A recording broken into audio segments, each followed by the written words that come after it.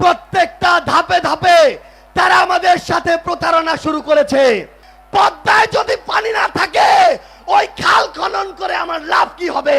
2024 সালের জুলাই অভ্যুত্থানের পরে আমরা ভেবেছিলাম যারা বিগত 16-17 বছর ধরে স্বৈরাচার সরকারের দ্বারা জুলুমের শিকার হয়েছে তাদের অন্তত একটা শিক্ষা হবে।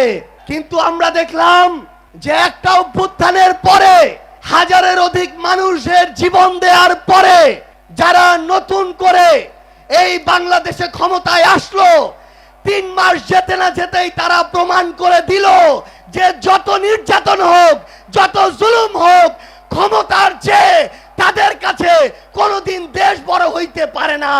প্রত্যেকটা ধাপে ধাপে তারা আমাদের সাথে প্রতারণা শুরু করেছে। তারা এদেশে 50% ভোট পেয়ে ক্ষমতায় গিয়েছে, কিন্তু তারা ভুলে গিয়েছে 70% মানুষ দেশের পরিবর্তনের পক্ষে রায় দিয়েছে। জনাব তারেক রহমান একটা বিষয় ভুলে গিয়েছে, একটা তিক্ত সত্য মনে করিয়ে দেই, এই বাংলাদেশে বিএনপি যে এবার ক্ষমতায় গিয়েছে, মানুষ জনাব তারেক রহমানের মুখ দেখে এবার ভোট দেয় নাই। মানুষ ভোট দিয়েছে মেজর জিয়াউর রহমানের ধানের শীষ দেখে। মানুষ ভোট দিয়েছে বেগম খালেদা জিয়ার আপসহীন নেতৃত্ব দেখে। জনাব তারেক রহমান যদি এই ভুল পুনরায় করেন, যদি জনগণের সাথে প্রতারণা করেন, যদি গণভোটের রায় বাস্তবায়ন না করে, এই বাংলাদেশে বিএনপির রাজনীতি জনগণ থেকে বিচ্ছিন্ন হয়ে পড়বে।